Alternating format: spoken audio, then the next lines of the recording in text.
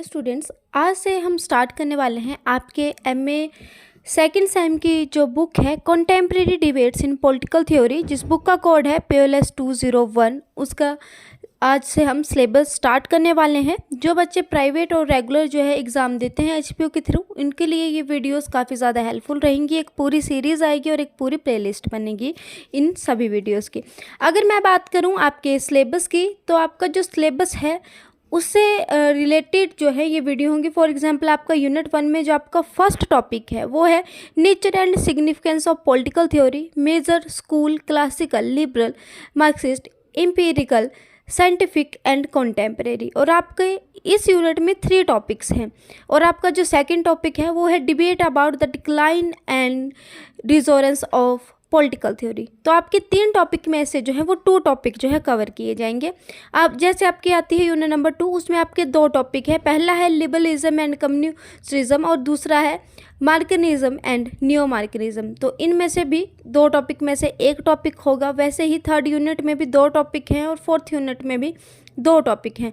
तो इनमें से एक एक टॉपिक जो है वो कवर किया जाएगा, क्योंकि मोस्टली दोनों टॉपिक में से एक टॉपिक से जो है वो क्वेश्चन पेपर में आता ही आता है। मीन्स दोनों टॉपिक आते हैं और उन दोनों में से आपने कोई एक जो है वो लिखना होता है क्वेश्चन।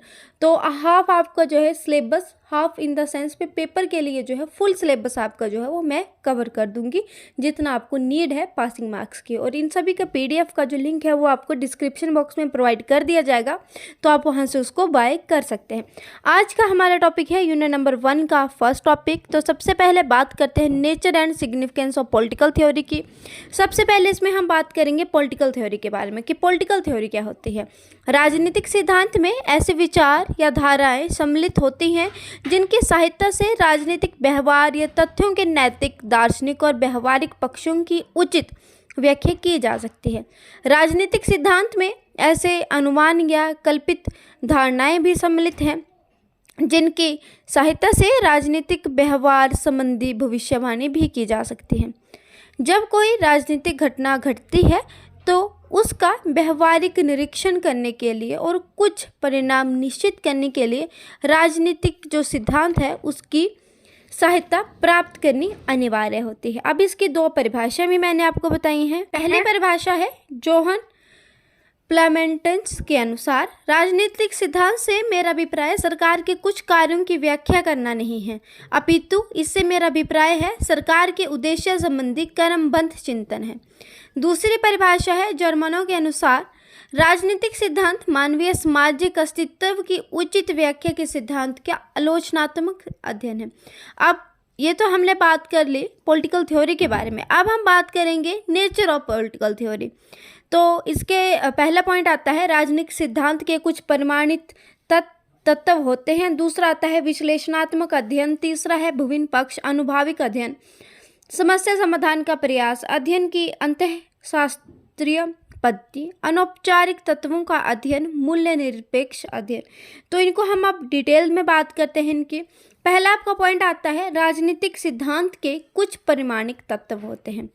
हेनरी बी गॉय के अनुसार राजनीतिक सिद्धांत के 3 अनिवार्य तत्व हैं। प्रथम तत्व को वास्तविक विवरणात्मक, दूसरे को सामान्यकरण और तीसरे को नैतिक तत्व कहा जाता है। दूसरा पॉइंट आता है विश्लेषणात्मक अध्ययन। आधुनिक राजनीतिक विद्वानों ने विश्लेषणात्मक दृष्टिकोण अपनाया है। इससे स्वाभाविक है कि जिन सिद्धांतों का निर्माण हुआ वे विश्लेषणात्मक प्रकृति के बने।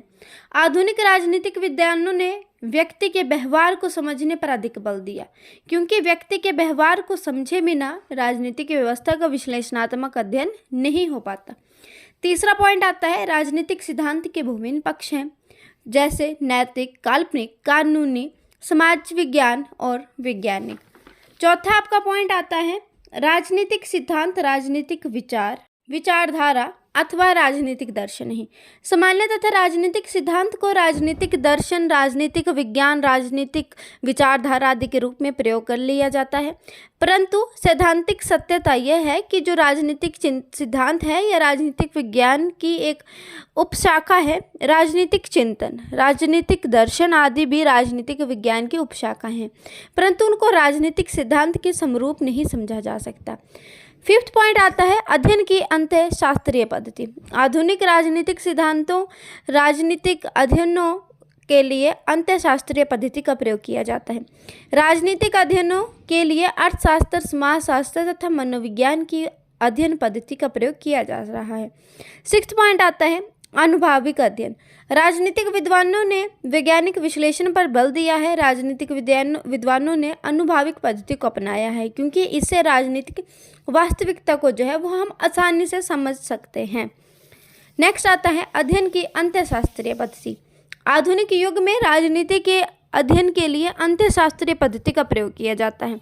राजनीतिक विज्ञान बड़ी तेजी से समाजशास्त्र, अर्थशास्त्र और मनोविज्ञान की अध्ययन पद्धति और निष्कर्षों को अपनाता जा रहा है। एट्थ पॉइंट आता है मूल्य निरपेक्ष अध्ययन।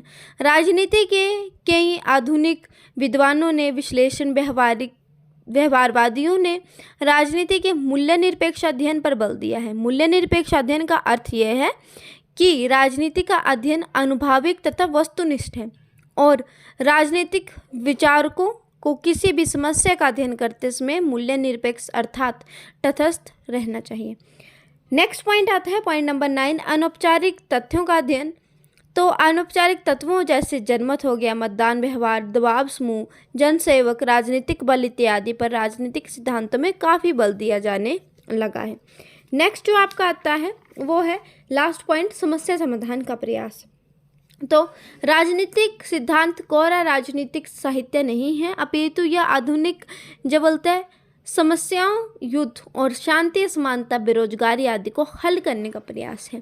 स्टूडेंट्स, जब आप मेरी वीडियो देखेंगे तब आपने सबसे पहले जो है वो यूनिट नंबर 1 का जैसे हम फर्स्ट टॉपिक कवर करवा रहे हैं तो आपने फर्स्ट टॉपिक जो को है पूरा लिख लेना है अपने एक पेज के ऊपर। आप देखेंगे उस टॉपिक का हर एक मटेरियल जो है वो मेरे चैनल पर आपको प्रोवाइड किया जाएगा।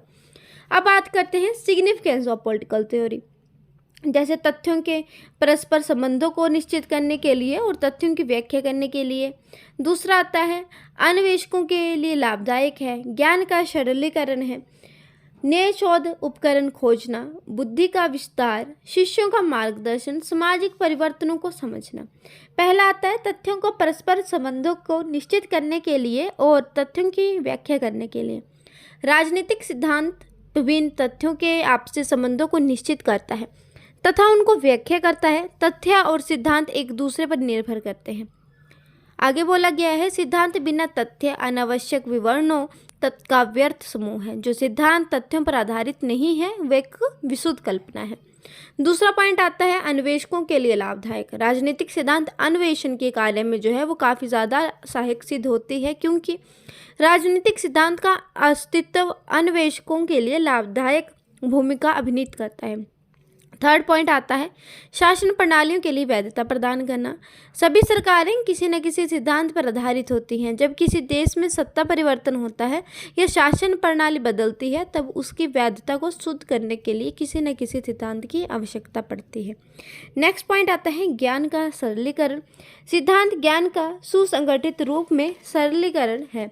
जिस प्रकार अंकगणित में कई चीज़ों का प्रतीकों के रूप में सरलीकरण किया जाता है, इससे किसी विषय की समझने को आसानी रहती है। इसी प्रकार सिद्धांत प्रतिमान स्थापित करके ऐसे बहुत से तथ्यों को जिन्हें याद करना कठिन होता है को धरकर एक प्रतीक में बदल दिया जाता है। नेक्स्ट आता है बाहरी जगत की वस्तुओं को समझना। सिद्धांत की सहायता बाहरी जगत की वस्तुओं, जगहों, प्रतीकों, घटनाओं, संबंधी आदि के अव्यवस्थित स्वरूप में बदलता है। के स्वरूप को अव्यवस्थित स्वरूप जो होता है उसको व्यवस्थित स्वरूप में बदलता है। यहाँ थोड़ी मिस्टेक हो गई है। नए शोध उपकरण खोजना। सिद्धांत का एक महत्वपूर्ण कार्य जो होता है वो होता है नए सिद्धांतों की खोज करना या सिद्धांत के लिए निरीक्षण, प्रयोग व आविष्कार के लिए नए शोध उपकरण खोजता है।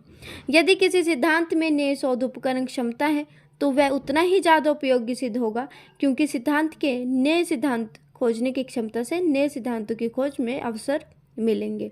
नेक्स्ट आता है सामाजिक परिवर्तन को समझने में और उनकी व्याख्या करने के लिए। प्रत्येक समाज में प्रतिदिन कोई ना कोई जो है परिवर्तन होता रहता है। सामाजिक परिवर्तनों के विभिन्न पक्षों को और उनके द्वारा उत्पन्न किए गए प्रभावों को समझने के लिए तथा उनको ठीक व्याख्या करने के लिए राजनीतिक सिद्धांत सहायक सिद्ध होते हैं। नेक्स्ट आता है बुद्धि का जो है विस्तार। राजनीतिक सिद्धांत के अध्ययनकर्ता की बुद्धि के विकास तथा विस्तार में सहायक होते हैं। बुद्धि का ज्ञान दक्षता और मूल्यों की प्राप्ति के लिए उद्यम या प्रयास किया जाता है। शिष्यों का मार्गदर्शन। राजनीतिक सिद्धांत अपने अनुगामियों तथा समर्थकों को आत्मविश्वास, संतोष व आश्वासन प्रदान करते हैं। सिद्धांत शास्त्री विभिन्न सिद्धांतों का निर्माण करके अपने शिष्यों तथा समर्थकों का मार्गदर्शन करते हैं। लास्ट पॉइंट आता है घटनाओं तथा मूल्यों में गतिशील संतुलन। राजनीतिक सिद्धांत समाज के हर पक्ष को संतोष, आत्मविश्वास व आश्वासन प्रदान करते हैं। ये सिद्धांत समाज को विभिन्न घटनाओं तथा मूल्यों के बीच गतिशील संतुलन बनाने का प्रयास करते हैं। तो ये था आपका हाफ टॉपिक जिसमें हमने आज डिस्कस किया nature and significance of political theory. कल हम डिस्कस करेंगे मेजर स्कूल जैसे क्लासिकल, लिबरल और कंटेम्प्रेरी, मार्क्सिस्ट, जो भी इसमें आपको बताए गए हैं उन सभी को हम डिस्कस करेंगे। और ये जो आपको मैंने पीडीएफ बताया वो है आपका पीडीएफ कंप्लीट 94 पेजेस का। अगर आप उसको बाय करना चाहते हैं तो लिंक आपको डिस्क्रिप्शन बॉक्स में, कमेंट सेक्शन में प्रोवाइड कर दिया जाएगा। अगर आपके लिए मेरी वीडियो थोड़ी भी हेल्पफुल रहती है तो वीडियो को लाइक, चैनल को सब्सक्राइब और अपने फ्रेंड के साथ ज़्यादा से ज़्यादा शेयर करना ना भूलें। और कल आपको इसी टॉपिक से रिलेटेड वीडियो प्रोवाइड कर दी जाएगी। Thank you for watching.